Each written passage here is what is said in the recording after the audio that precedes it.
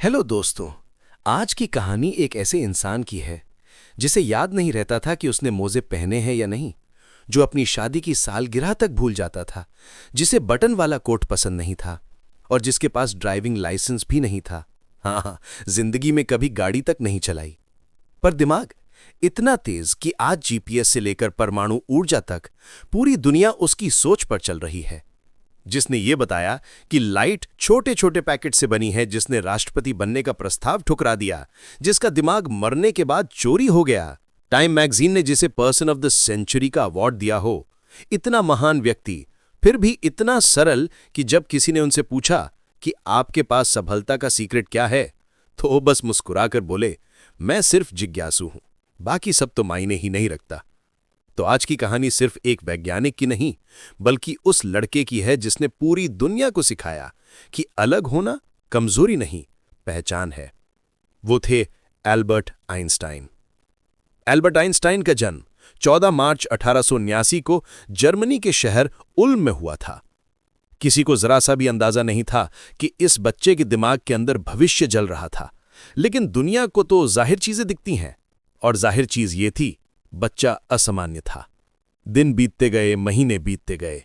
हर माँ बाप इंतजार करते हैं कि कब उनका बच्चा पहली बार माँ या पापा बोलेगा। लेकिन इस घर में खामोशी थी। बच्चा चुप, 4 साल तक चुप, 4 साल तक आवाज नहीं। रिश्तेदार कहते, ये बच्चा ठीक नहीं है। पड़ोस वाले कहते, लड़का मानसिक रूप से कमजोर है। और जिंदगी की सबसे दर्दनाक बात ये, माता पिता भी डरने लगे थे। लेकिन बच्चे के अंदर जो चल रहा था वो कोई नहीं समझ पा रहा था, क्योंकि वो बोल नहीं रहा था, वो सोच रहा था। वो हर चीज को देखता था, दीवारें, पर्दे, खिलौने, ऐसे जैसे उनके अंदर कोई रहस्य छुपा हो। वो सामान्य दुनिया में नहीं रह रहा था, वो सवालों की दुनिया में जी रहा था। एक दिन उसके पिता ने उसके हाथ में एक छोटा सा कंपस रखा। एक साधारण खिलौना, पर उस पल के साथ इतिहास की दिशा बदलने वाली थी। कंपस की सुई घूम रही थी। उस बच्चे ने उसे ऐसे देखा जैसे दुनिया का कोई नया दरवाजा खुल गया हो। सुई क्यों घूम रही है? उसके पीछे कौन सी ताकत है? क्या आंखों से न दिखने वाली चीजें भी असली होती हैं? उस दिन उसके दिल में पहला तूफान उठा। दुनिया वैसी नहीं है जैसी दिखती है। जिंदगी आगे बढ़ी। आइंस्टाइन स्कूल गए और वहीं से शुरू हुई उसकी सबसे कड़वी लड़ाई, सिस्टम से। क्लास में उसे कहा गया, चुप रहो, समझो मत, बस याद करो। लेकिन आइंस्टाइन कहते, सवाल पूछना सीखने से ज्यादा जरूरी है। टीचर्स चिढ़ जाते। एक दिन गुस्से में शिक्षक चिल्लाया, तुम जीत नहीं सकते, तुम जिंदगी में कुछ नहीं कर पाओगे। कितनी अजीब बात है। जिसने टाइम को चुनौती दे दी, उसे स्कूल ने हारने वाला बताया था। आइंस्टाइन पढ़ाई में कमजोर नहीं थे, बस वो दुनिया की तरह सीखना नहीं चाहते थे। दुनिया किताबों की लाइनें रटती थी, आइंस्टाइन लाइनों के बीच का मतलब ढूंढते थे। दुनिया जवाब ढूंढती थी, आइंस्टाइन सवाल ढूंढते थे। लेकिन पूरी दुनिया में एक चीज थी जिसे आइंस्टाइन देखता और मुस्कुरा देता, मैथ। उन्हें मैथ में ऐसी आजादी महसूस होती थी जैसे कोई पक्षी आकाश में हो। 12 साल की उम्र में वो कैलकुलस समझ रहे थे, वो भी बिना किसी टीचर की मदद से। जहां दूसरे बच्चे खिलौनों के लिए रोते थे, आइंस्टाइन नई इक्वेशंस के लिए जागते थे। लेकिन कहानी में एक बड़ा मोड़ आया जब कॉलेज की एंट्रेंस एग्जाम हुई। आइंस्टाइन ने मैथ्स और फिजिक्स में टॉप किया, लेकिन दूसरे विषयों में फेल। और फिर वही लोग बोलने लगे, कमजोर है, कुछ हासिल नहीं कर पाएगा। कॉलेज पूरा हुआ, डिग्री हाथ में, पर नौकरी किसी ने नहीं दी, क्योंकि आइंस्टाइन नियम नहीं मानते थे और आम नौकरी वाली सोच तो थी ही नहीं। लेकिन एक छोटी सी नौकरी मिली, स्विट्जरलैंड के पेटेंट ऑफिस में। महीना गुजारने जितनी तनख्वाह, और बस इतना ही। पर तभी दुनिया को दिखाई देने वाली सबसे शांत नौकरी के पीछे छुपा था वैज्ञानिक इतिहास का सबसे बड़ा विस्फोट। आइंस्टाइन फैक्ट्री के लिए पेटेंट अप्रूव नहीं कर रहे थे, वो ब्रह्मांड को डिकोड कर रहे थे। दिन में नौकरी, रात में नोटबुक्स, थकान नहीं, नींद नहीं, चिंता नहीं, सिर्फ सवाल। और 1905, इंसानों की इतिहास का वो साल जो किताबों में सोने की स्याही से लिखा जाना चाहिए। आइंस्टाइन के लिए वो मिरेकल ईयर था। एक नहीं, दो नहीं, पूरे 4 शोध पत्र, और चारों ऐसे जिनका असर आज भी हमारी जेब, हमारी कार, हमारी तकनीक, हमारा विज्ञान हर जगह है। पहला, लाइट फोटॉन्स, लाइट पार्टिकल भी है। दुनिया समझ नहीं सकी, लेकिन बाद में इसी ने आइंस्टाइन को नोबेल प्राइज दिलाया। दूसरा, स्पेशल रिलेटिविटी, टाइम और स्पेस यूनिवर्सल नहीं है। तीसरा, E=mc², एनर्जी और मैटर एक दूसरे में बदल सकते हैं। चौथा, ब्राउनियन मोशन, एटम्स असली हैं, कल्पना नहीं। आज के बाद कोई वैज्ञानिक कभी पुराने तरीके से दुनिया को नहीं देख पाएगा। इतना सब हासिल करने के बाद भी आइंस्टाइन का दिल साइंटिस्ट नहीं, आर्टिस्ट था। वो तारों को नहीं, वायलिन को सबसे ज्यादा प्यार करते थे। कहते कि जब दिमाग चलता है तो इक्वेशंस बनती हैं, पर जब दिल चलता है तो संगीत।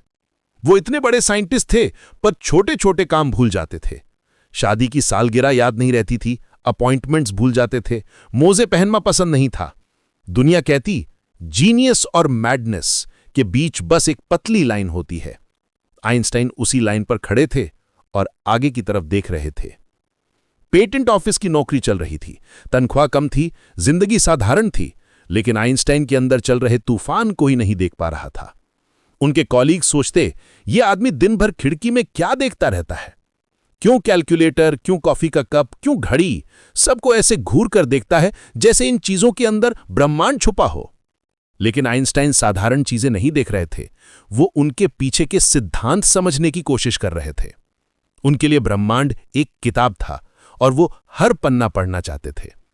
और फिर आया 1905, वो साल जिसने ना सिर्फ आइंस्टाइन की जिंदगी बदल दी, बल्कि मानव सभ्यता को ही मोड़ दिया।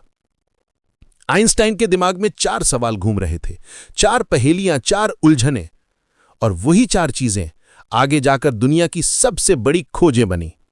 पहली खोज, लाइट फोटॉन्स।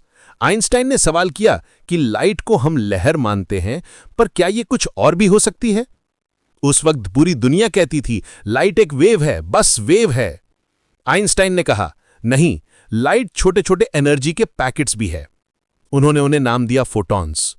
उस वक्त वैज्ञानिक हक्के बक्के रह गए कि एक चीज वेव भी है और पार्टिकल भी, ये कैसे हो सकता है? आइंस्टाइन ने गणित से साबित किया।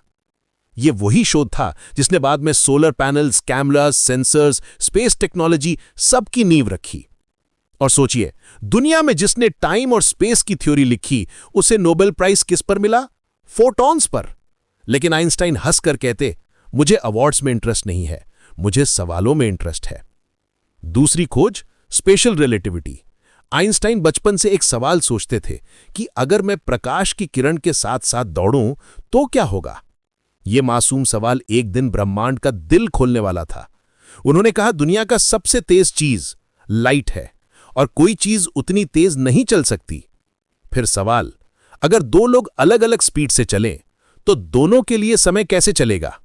आइंस्टाइन ने जवाब दिया, टाइम सबके लिए अलग अलग गति से चलता है। यानी टाइम एब्सोल्यूट नहीं है, रिलेटिव है। अगर आप तेज गति से चलेंगे तो समय धीमा पड़ेगा। जो सुनने में जादू सा लगता है, वो आज जीपीएस के जरिए आपके मोबाइल में काम करता है, क्योंकि सैटेलाइट पर टाइम धीमा चलता है और फोन पर तेज। अगर जीपीएस में आइंस्टाइन की रिलेटिविटी की करेक्शन ना लगे तो मैप्स आपको गलत रास्ते पर भेज देंगे। तीसरी खोज, E=mc²। आइंस्टाइन दुनिया के सामने एक सरल सा इक्वेशन रख देते हैं। दिखने में कुछ भी नहीं, सिर्फ 5 अक्षर, लेकिन इसके अंदर छुपा ज्ञान शायद पूरे ब्रह्मांड से बड़ा है। इसका मतलब एनर्जी और मैटर एक दूसरे में बदल सकते हैं। यानी पत्थर, लकड़ी, पानी, शरीर, सबके अंदर एनर्जी बंद है। अगर थोड़ी सी मास कन्वर्ट हो जाए तो इतनी एनर्जी निकल सकती है कि पहाड़ हिल जाएं। यह खोज आगे चलकर न्यूक्लियर पावर बन गई, बिजली से लेकर एटम बॉम्ब तक। आइंस्टाइन ने अपने फॉर्मूले से दुनिया को ऊर्जा दी, लेकिन इंसानों ने उसे विनाश के लिए इस्तेमाल किया, और यही उनके जीवन का सबसे बड़ा दर्द बन गया। चौथी खोज, ब्राउनियन मोशन। उस समय वैज्ञानिक दुनिया 2 हिस्सों में बटी थी। कुछ मानते थे कि एटम होते हैं, कुछ कहते थे कि वे सिर्फ कल्पना है। आइंस्टाइन ने माइक्रोस्कोप के नीचे खेलते से दिखते छोटे कणों की रैंडम मोशन को समझाया और साबित कर दिया कि एटम रियल है। एक साधारण से सवाल से एक बहुत बड़ी सत्यता सामने आई। दुनिया छोटे छोटे अदृश्य कणों से बनी है। इन 4 खोजों ने आइंस्टाइन को एक रात में दुनिया के सबसे महान वैज्ञानिकों में खड़ा कर दिया। दुनिया हैरान थी, पत्रिकाएं लिख रही थीं, वैज्ञानिकों की बैठकों में आइंस्टाइन का नाम गूंज रहा था। लेकिन पेटेंट ऑफिस की उसी कुर्सी पर बैठा आइंस्टाइन कहता था, मैं साइंटिस्ट नहीं, मैं एक क्यूरियस इंसान हूं। और इसी दौर में आइंस्टाइन की जिंदगी में आती है एक और कहानी, प्यार की। कॉलेज के दिनों में आइंस्टाइन एक लड़की से मिले थे। उसका नाम था मिलेवा मारिच।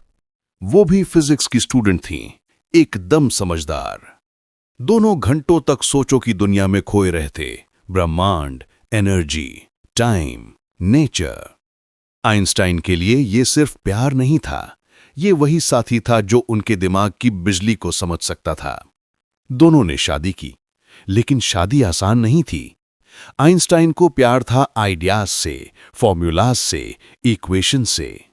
मिलेवा को प्यार था आइंस्टाइन से, लेकिन आइंस्टाइन दुनिया से लड़ते हुए अपने आप से भी लड़ रहे थे। दिन रात रिसर्च, रात दिन थिंकिंग। धीरे धीरे दूरी बढ़ने लगी। जिम्मेदारियों, बच्चों, पॉवर्टी और आइंस्टाइन की वाइल्ड इमेजिनेशन के बीच रिश्ता टूटने लगा। एक दिन आइंस्टाइन को एक बड़ी खबर मिलती है, उन्हें नोबेल प्राइज मिल चुका है। पर आयरनी देखिए, उन्होंने प्राइज की पूरी राशि अपनी सेपरेट सेटलमेंट और बच्चों की देखभाल के लिए दे दी। आइंस्टाइन बाहर से वैज्ञानिक थे, अंदर से इंसान, उलझा हुआ, टूटता और फिर से खड़ा होता हुआ। अब आइंस्टाइन पूरे विश्व में जाना जाने लगा था, पर फेम कभी आइंस्टाइन का सपना नहीं था। उन्हें दुनिया की तालियां नहीं चाहिए थीं, उन्हें यूनिवर्स के जवाब चाहिए थे।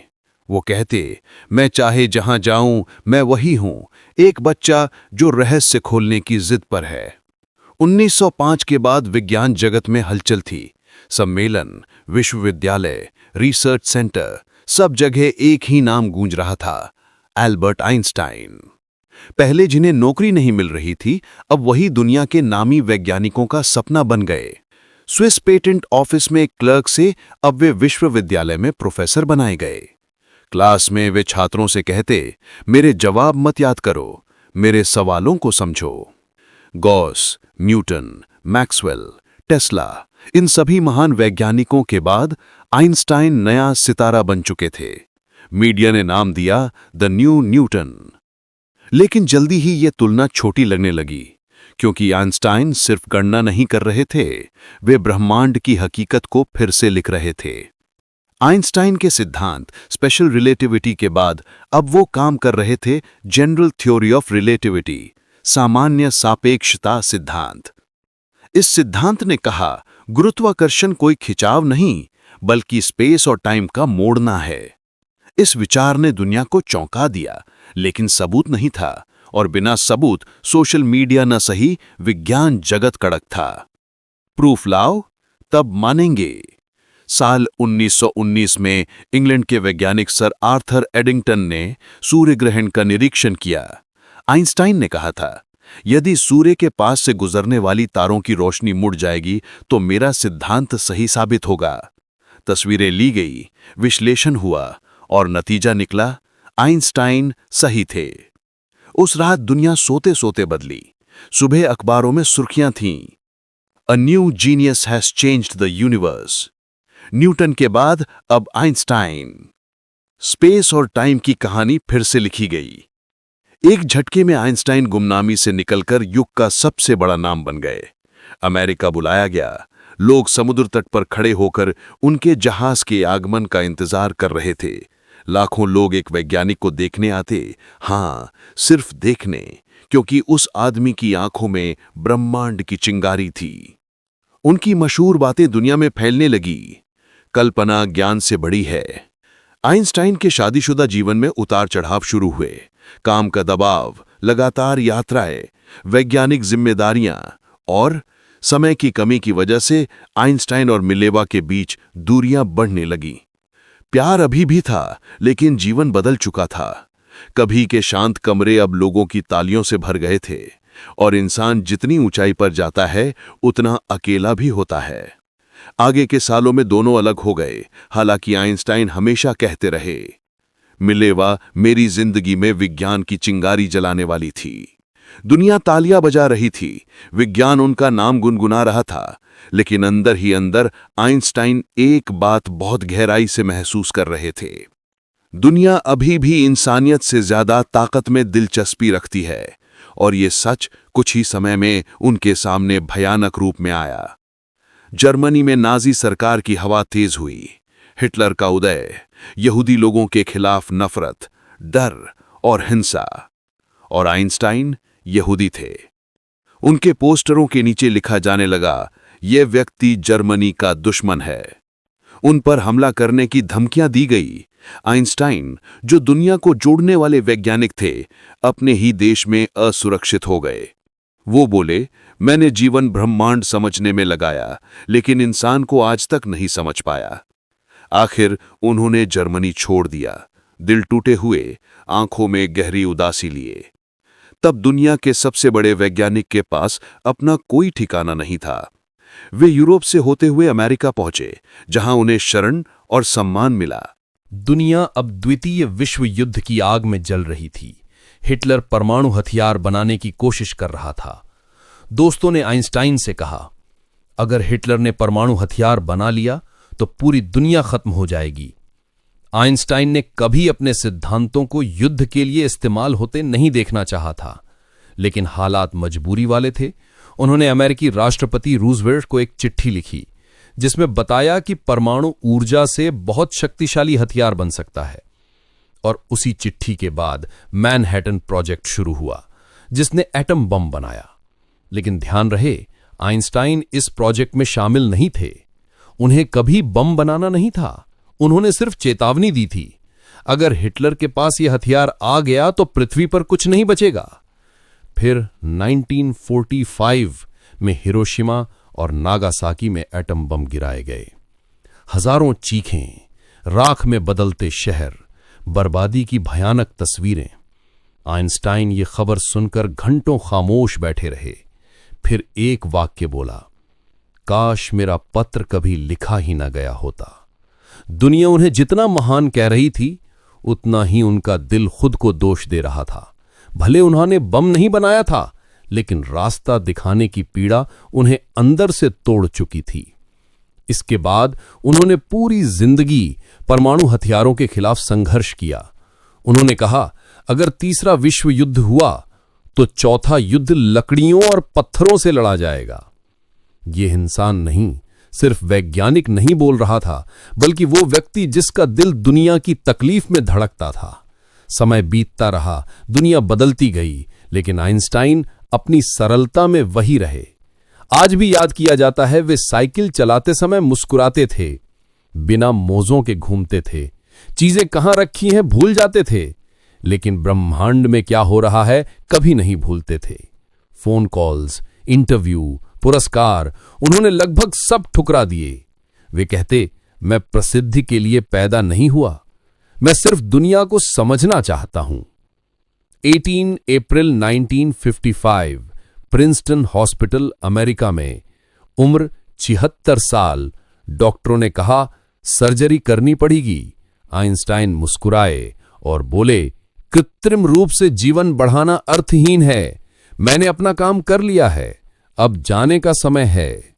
रात के शांत कमरे में उनकी धड़कन धीरे धीरे धीमी होती रही और आखिरी क्षण में नर्स ने सुना उन्होंने जर्मन भाषा में कुछ शब्द कहे, लेकिन नर्स जर्मन नहीं समझती थी, इसलिए दुनिया आज तक नहीं जान पाई कि आइंस्टाइन ने आखिरी बार क्या कहा। बस इतना पता है, दुनिया ने उस रात एक इंसान नहीं, एक युग खो दिया। और अब आइंस्टाइन हमारे लिए क्या छोड़ गए। आज जीपीएस काम करता है क्योंकि आइंस्टाइन के सिद्धांत सही हैं। ब्लैक होल की खोज हुई क्योंकि आइंस्टाइन ने उसके होने की भविष्यवाणी की थी। लेजर, परमाणु ऊर्जा, अंतरिक्ष विज्ञान, टाइम ट्रैवल रिसर्च, सैटेलाइट्स, सब कुछ कहीं न कहीं उस दिमाग से जुड़ा है। आइंस्टाइन का शरीर वहीं हॉस्पिटल के कमरे में था। पोस्टमार्टम के दौरान डॉक्टर हार्वे ने जो किया वो इतिहास का सबसे विवादित काम बन गया। उन्होंने आइंस्टाइन का दिमाग निकालकर चुपचाप अपने पास रख लिया। उन्होंने सोचा, आइंस्टाइन का दिमाग आम इंसानों से कैसे अलग है? शायद इसी में जीनियस का रहस्य छुपा है। हार्वे ने दिमाग अपने घर में दशकों तक छुपा कर रखा। इतने सालों तक उन्होंने उसे माइक्रोस्कोप के नीचे अध्ययन कराया, कभी वैज्ञानिकों को छोटे छोटे टुकड़े भेजे, लेकिन पूरी तरह कभी किसी को नहीं सौंपा।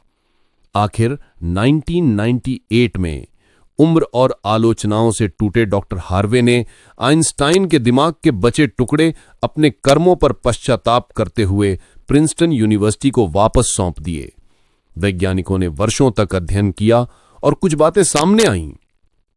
आइंस्टाइन के दिमाग में ग्रे मैटर मीन्स सोचने वाली परत सामान्य से अधिक था।